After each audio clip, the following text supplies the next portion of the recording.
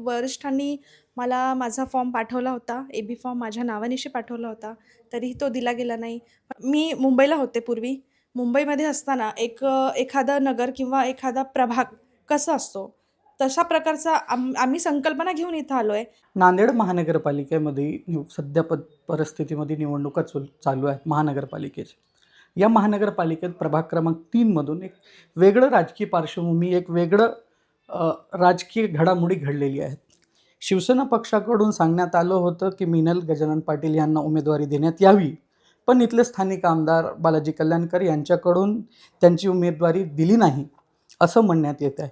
Madam, आज उमेदवारी अर्ज मागे घेण्याचं शेवटचा दिवस होतं. काय म्हणणं आहे इथून आपला प्रवास आणि आपण कुठल्या पद्धतीने समोर जाणार आहेत या निवडणुकीला?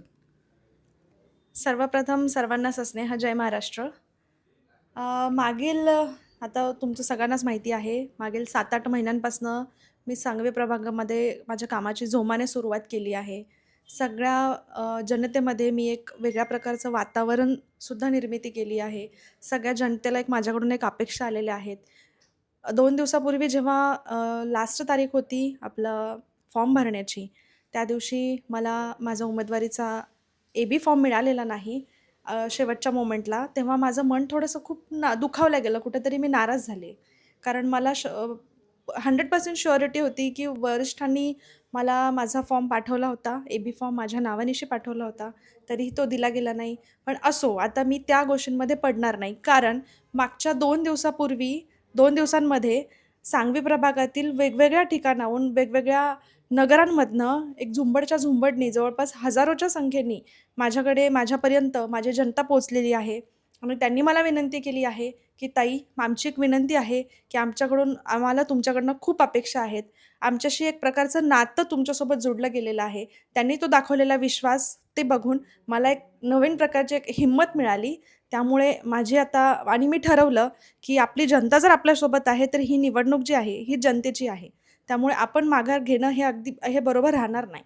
आपण सांगवी प्रभागाचा विकास केला पाहिजे. कारण मी खूप साऱ्या गोष्टींचा आराखडासुद्धा तयार केलेला आहे. रोडमॅप बनवलेला आहे. एवढाच नाही, व्यक्तिगत विकास कसा करता येईल, रस्ते, नाली, पाणी, एक नगरसेवकांच्या ज्या कर्तव्य असतात, त्याच्या पलीकडे जाऊन आपल्याला व्यक्तिगत विकास कसा करता येईल याचासुद्धा रोडमॅप आपण बनवलेला आहे. मी मुंबईला होते पूर्वी.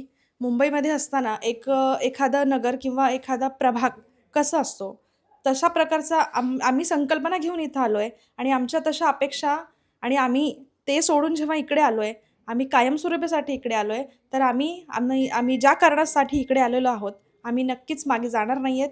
त्यासाठी मी माझा उमेदवारीचा अर्ज मागे घेतलेला नाही आहे आणि मी ताकदीनिशी पुढे जाऊन लढणार आहे आणि मला विश्वास आहे की माझी सांगवी प्रभागातील जनता ही मला महानगरपालिकेमध्ये पाठवल्याशिवाय राहणार नाही.